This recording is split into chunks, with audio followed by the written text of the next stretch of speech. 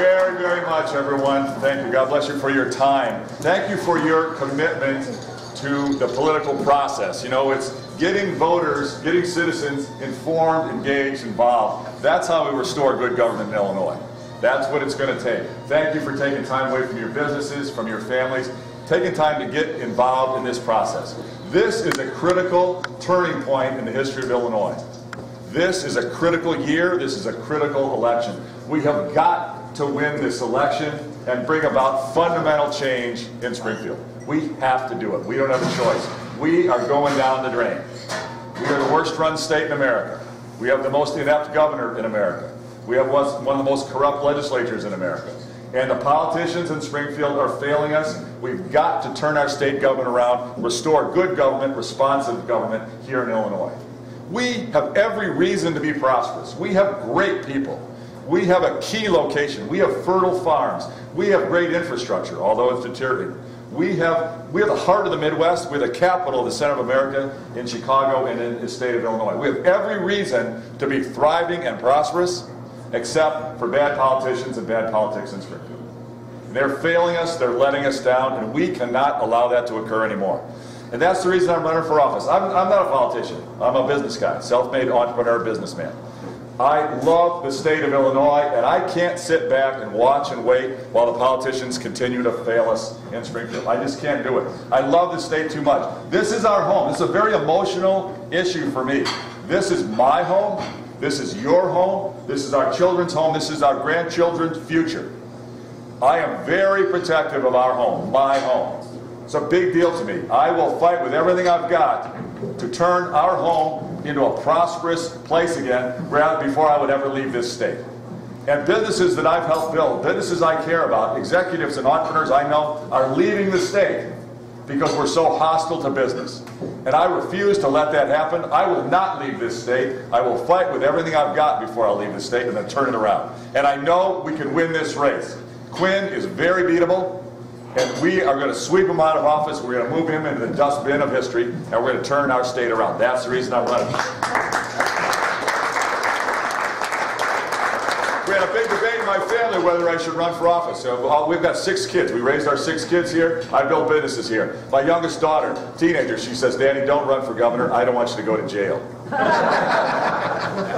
Is that a sad commentary when a teenager knows that's what our governors do? And I said, "Katie, one of the reasons I want to run is I want to prosecute those rascals in Springfield. There's still a lot of self-dealing, a lot of corruption going on in Springfield."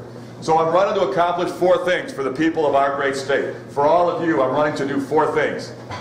More jobs, lower taxes, better schools, and term limits on all the politicians in Springfield. That's why I'm running. Those are my 4 points. We are going to run. Everything that I do as governor is going to be focused on those 4 things. More jobs, lower taxes, better schools, and term limits on the politicians in Springfield. Now, if we don't make the #1 priority jobs, economic growth, and job creation, nothing else matters. We can't afford education. We can't afford health care. We can't afford anything. Our quality of life is gone. We have got to make the restoration of free market, capitalism, free enterprise in Illinois the #1 priority. If we don't do that, nothing else matters. We need to be pro-small business, pro-entrepreneur, pro-business. And that means reducing the regulatory burden, reducing the tax burden on business. And I will make that my #1 priority, by far. I've been a business builder my whole life. I'm going to make a pro-business agenda my top priority. Second priority for me is to reduce the tax burden by reducing the spending burden in Springfield.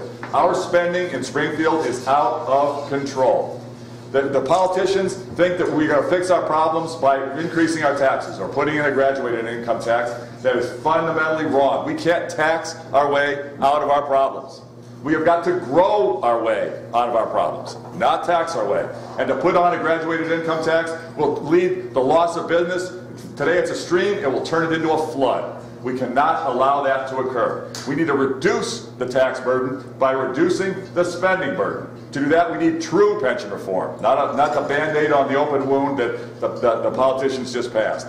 We need true Medicaid reform. Medicaid in Illinois is broken and corrupt, and we are not serving the honest folks who are entitled to the benefits by giving away health services to the folks who aren't entitled to the benefits. We are hurting our entire state by that. And we need to take on the power and the spending of the government union bosses in Springfield. We need to stand up to them just the way Mitch Daniels stood up to their power in Indiana when he turned it around, just the way Scott Walker's doing in Wisconsin, just the way Rick Snyder's doing in Michigan. I've been studying with all those governors. I've learned the strategies, the policies. We are going to bring fundamental change to the power structure in Springfield, and I'm going to get that done as governor. Now, the third priority for me is education. Education is the most important thing we do together as a community. I have dedicated much of my life and financial resources to education improvement. My wife is a CEO of a nonprofit early childhood education organization. I've been battling for K-12 school reform for my entire life, or for the last 25 years of my business life. And I believe in charter schools as competitive alternatives to standard public schools. I believe in vouchers for parents that would be enabled to have school choice. I believe in merit pay so teachers who are very effective can make more money. And I believe in reforming tenure so ineffective teachers aren't locked in their jobs for life, hurting our young people. I believe we should replace the Illinois Standardized Test, the ISAT. It's a travesty, it's a low bar, and it's been dummied down over the years to make it look like our schools were getting better when they weren't.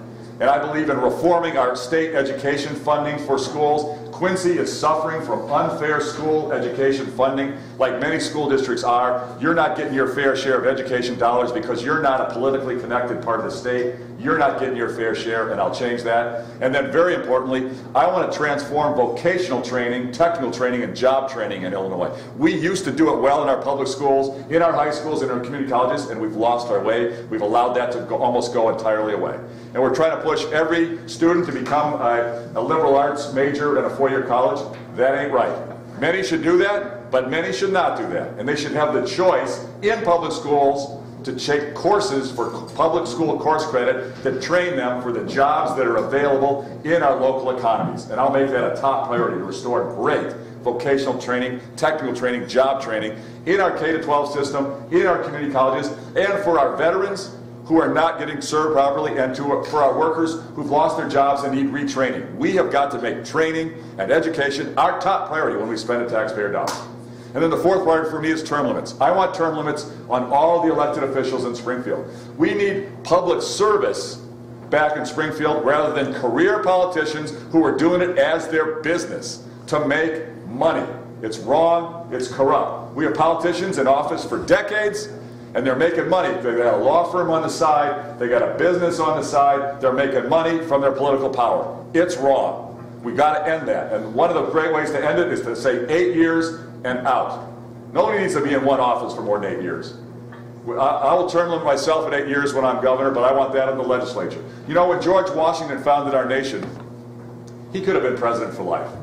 Many Americans wanted George Washington to be king, but George Washington said, no, I'll be a public servant, I'll work for the people of America for 8 years, and I'll leave office. Think of the excellence of good government that brought to America. You know, most countries around the world that got democracy, the first person they elected said, oh, I like this job, I think I'll keep it for the rest of my life and I'll be a dictator. We didn't happen in America because George Washington said, no, 8 years is enough. We need that philosophy in Springfield because we've got some folks down there who are acting like dictators, and they're making decisions that are not in our people's interest. They're making interest from their money and their power and the special interest groups that control them. We've got to break up that culture, and I'm going to get that done. I'm going to take it to the voters. We're not going to wait around for the legislature to vote for it. We're taking it to the voters. I've recruited an organization to come to Illinois. It's called U.S. Term Limits. It's a national group that does voter referenda on term limits. They put term limits on 15 state legislatures around America already. I've asked them to come to Illinois because we need them. They're here, they're working. They're going to collect 300,000 signatures on petitions by May 4th. If you believe in term limits, we've got petitions. Please help us circulate them, get them signed. We've already collected 250,000 signatures, so we're on our way. But we need to collect 300,000 good ones, which means we probably need to collect 400,000 signatures to net 300,000 good ones by May 4th. When we do that, it'll be on the ballot as a constitutional referendum in the general election in early November. And when we get it on the ballot, The politicians can't block it. They can't vote against it. It'll be the law. The vast majority of voters in both political parties support term limits. 3/4 of Republicans, 2/3 of Democrats support term limits. It will pass. It'll be the law. It'll be 8 years and out in the legislature. And folks can't hop houses. They can't leave and come back. It's 8 years and you're done. Go do something else. If you want to run for another office, God bless, do it. If you want to return to the real world, go back and do that. That's the right way to run a government, with public servants who are making decisions for the good of the people rather than for their political power to make money. We've got to change that. You guys remember, Adlai Stevenson talked about the corruption in Springfield and the trouble to get it out. I think he had this line back in like 1965. He said, "Cleanliness is next to godliness, except in the Illinois legislature where it's next to impossible." And you know what?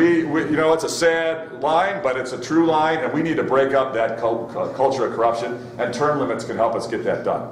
Now, let me tell you a little bit about my background, and let's do some Q&A on the race. So I was born and raised here in Illinois. I grew up in Deerfield in Lake County, up towards Wisconsin.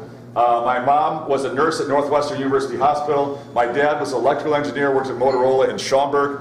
I'm the oldest of 4 kids. I'm half Swedish, half German, German Catholic, Swedish Lutheran. My parents argue about it. I was raised Episcopalian as a compromise. My best friend growing up was my Swedish grandfather. My mom's family came from Scandinavia in the late 1800s, and they're all dairy farmers. My grandparents had dairy cows and corn, and they lived in a little double white trailer in a cornfield outside of Whitewater, Wisconsin. I grew up milking cows with my grandfather. My aunt and uncle were ranchers in Grand Junction, Colorado. I still raise some cattle and grow some crops myself, but that's not my main business. My main business is the investment business. My grandfather got me into hunting and fishing and the farming life. I'm a gun owner. I'm a hunter. I'm a Second Amendment advocate. I'm an avid Harley rider. I've been a motorcycle rider since I was 14. And I'm a big Harley guy, and I love riding with the A-Bait guys. And we're doing a lot of our campaign on the back of a Harley. Today's almost warm enough to ride today, but we're doing our bus tour. You know, I worked my way through school just like your kids. I flipped burgers, I parked cars. I was a bus boy, I was a waiter. In college, at 5 a.m., I was the breakfast chef to help pay for school. I made pancakes and eggs at 5 a.m. At night, I was a radio newsman. I am a voice for radio. And that's very helpful on the campaign trail. Although my friends who've seen my political ads say, "Bruce, you do have a great voice for radio. But you have a face for radio too. Stay off the television." And I say, no, we're going to run our ads. We're going to get our message out there. When I got out of school, I met 2 executives at the First National Bank of Chicago, and they were leaving the bank to start a venture capital firm, starting and growing little technology companies. I loved them when I met them. They hired me. I was employee number 5 at this startup investment company. And this was 1981. I did well. I found some little tech companies we built, and I became a partner after 2 years in '83, and I became co-head of the firm, managing partner of the firm in 1987 when I was 31 years old. And I was there for 32 years. We built it into one of the most successful investment companies in America. We created dozens of successful businesses, but one of the things I'm proudest of is we manage state pension money. This is going to come up a lot during the race. Not many people know this. State government union pensions are the #1 funder of private equity and venture capital in America. By far. Nothing's even close to second place. And we did a terrific job. We managed state pension money for Illinois, Wisconsin, Minnesota, Washington State, 25 states. And while the Illinois pensions over the last 30 years were making about 7.5% returns, something like that on average, our firm on average did almost 2.5 times that. We did well over 17% compound net annually for 32 years. We know how to run the pensions, know how to properly staff those and get them to I'm very proud of the fact we saved taxpayers hundreds of millions of dollars, and we provided better retirement for our good, honest government workers. And I want to bring business success to Springfield and run Springfield more like a business. That's what Mitch Daniels did when he turned around Indiana. Mitch brought 30 superstars from the business community of Indiana to the state capitol, and he said, business executives are going to be in charge of the bureaucracy. Let's shrink the spending, drive down the cost, drive up the productivity. I'm going to do exactly the same thing. I've been studying with Mitch in Indianapolis. I've got 2 of his people advising our campaign. I'm going to steal the best ideas from him and the best people from him and Walker, Snyder, Jeb Bush, the best governors. I'm studying, listening, and learning. I want the best people, the deepest expertise on Medicaid, on pensions, on education, on healthcare, on infrastructure. I want world-class leaders, from the private sector to come to Springfield and help us turn it around and run the best, most efficient, most effective government anywhere in the United States. That's our goal. There's no reason we can't be the #1 state for economic growth and job creation. No reason, if we have the right policies. There's no reason we can't have the best education system in America. No reason. No excuse not to. And that's why I'm running for office. Now, my running mate, her name is Evelyn Sanguinetti. I hope you can meet her soon. She was here Sunday for the Lincoln Day dinner at Lincoln Lunch. I don't know why we call it Lincoln Day dinner, it's a lunch. But she spoke to the group, and she's fantastic. If you haven't met her, I'll try to set it up for you to meet. She's a great conservative, passionate leader. Her mom was a legal immigrant from Cuba. Her dad was a legal immigrant from Ecuador. Evelyn grew up in poverty, on food stamps in the ghettos outside of Miami. Evelyn's mom had her when Evelyn's mom was 15 years old. Food stamps, tough circumstances, but Evelyn is a fighter. She battled through. She got a scholarship to Florida International University. She went to John Marshall Law School in Chicago. She became Assistant Illinois Attorney General under Jim Ryan. She got elected to the Wheaton City Council, good conservative community in DuPage County. And she is a leader in the Republican National Hispanic Assembly. That's a big deal. We as conservative, I'm a conservative Republican, we need to reach out to Hispanic voters. Reagan did a good job. George W. Bush did a good job communicating with Hispanic voters, but many Republicans have not. And I want to reach out. Evelyn has a great line about Hispanic voters. She'll say, Bruce, Hispanic voters in America are Republican, they just don't know it yet. They're about faith and family and hard work and no handout. And they're here like all of us. We are all from somewhere else. We are all immigrated to America for freedom and opportunity and growth and true opportunity to enhance the quality of life for our families. That's why we're here. That's why I'm running. My values are limited government, low taxes, individual liberty, personal responsibility. That's the core values of the Republican Party. That's the core values of America. That's why I'm running. I want to restore those values here in Illinois. And I'm very excited and honored. The race is going well. We're on the road 7 days a week. In one day over the weekend, in one day I was in Palos Park, Glenview, Batavia, Chicago, Rockford, and Crystal Lake. That was one day. We put 42,000 miles on the Ford. 8 months last year. We put 6,000 miles here this winter since Christmas. I tell you, this is a big state when you can drive the speed limit. When you have to do half the speed limit because of snow and ice, it's a really big state. But we're out there meeting with the voters. The biggest challenge in the race is my vocal cords. I've never talked 7 days a week, 12 hours a day. And I've got to now drink a lot of chamomile tea and honey, which I don't even like. And I'm going to a voice coach to learn how to talk to my diaphragm, which I don't even know what that is, but I'm trying to learn to do it. You know what? The surprise of the race, how many companies are leaving the state? I've met with dozens who are leaving. The other big surprise, how much fun campaigning is. I love campaigning. I love meeting with you. I love meeting with the voters of the state and talking about the solutions to our problems. I'm very passionate about it. I love meeting with the voters. Our messages resonate. We're in first place in the polls by 20 points. We got 2,000 volunteers in a great ground game. We've won most of the key endorsements around the state. Our fundraising's been strong. And people say, my opponents are attacking me. They say, Bruce, you're just buying the election with your own money. No, I'm not. I've put in some money, a couple $1 million because I can afford to, and I will bet on myself. I know I can win. But you know what? The vast majority of money we've raised almost $8 million. It's not my money. It's from folks who know that I'm a leader and they'll drive results. And that's why our fundraising's strong. I ain't buying the election. Voters, citizens in America who care about the future of Illinois are supporting our race. That's how we're going to win. And this is our year. We're going to beat Quinn. Now, he knows Quinn is running scared. He's running very scared. He knows that I'm the nominee, we're going to beat him. And the special interest groups know that if I'm the nominee, I ain't part of the status quo in Springfield. I'm going to shake it up. We're going to change that culture in Springfield. I haven't been there for decades like everybody else. I haven't been taking special interest money. I never will. I don't need it. I'm financially independent. And I'm going to drive results just like have been done in Indiana, Wisconsin, and Michigan. And that scares the powers of the status quo in both political parties. Both political parties are scared of our message. But the good people in both political parties are helping us. There are great Republicans and good Democrats who actually want good government. I may disagree with them on the size of government, but they want good government. We have good legislators in both parties. I'll work with them. We have bad legislators in both parties, and we'll deal with them in a constructive way. We're going to drive a real result. The power of the governorship is strong in Illinois. That's one of the reasons I'm running. A governor can get a lot done. You have executive order ability that you can just decide and declare.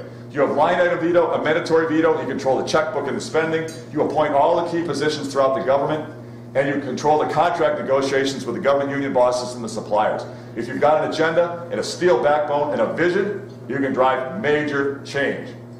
Mitch Daniels used the executive order to take on the government union bosses in Indiana. I can do the same thing here. Rod Blagojevich, our horrible governor, he damaged our state in many, many ways. One of the ways he did it, he put card check unionizing in to our state government by executive order. It's wrong. Card check unionizing is not a democratic process, and I've had AFSCME members, and I'm very hard on AFSCME. AFSCME members come to me and say, Bruce, love your message, you're right, I'm going to vote for you. I don't even like my union boss, and by the way, I got forced to join a union. My family got threatened. I had to sign the card. They forced me to sign the card. That's wrong, it's corrupt. Now my opponents are trying to accuse me of being anti-union. Let me be crystal clear. I am not anti-union. I believe workers, this is America. Workers should be free to choose to join a union or not join a union. That's what America is about, freedom to choose. But government union bosses, that's a conflict of interest. And I quote Franklin Roosevelt on this issue. Franklin Roosevelt, Democrat, huge pro-union president. He was against government unions because he said they're organized against the public good, and he was correct. And when government union bosses can use our taxpayer-funded union dues to go to politicians and bribe them with cash and campaign workers that are free, paid for by taxpayers, that's wrong, it's corrupt, it's a conflict of interest, and we've got to stand up and break that corrupt loop. And let's be clear, working families, union families, non-union families, working families, truck drivers, carpenters, plumbers, factory workers, working families in Illinois are suffering with high unemployment, high cost of living, and deteriorating schools because of the power of the government union bosses. We got to make that clear. That's an important distinction. And we're going to drive results. We're going to win this race. We're going to fundamentally transform this state. I'm honored and I'm excited. I can't tell you what a privilege it is. This is a noble mission. I'm honored to go to work for you. Every morning I get up, I'm jacked up. We're going to win this race. I'm excited to go to work for you. Thank you for your patriotism. Thank you for your commitment to our state. God bless you. Thank you for your time today. Look forward to working with you.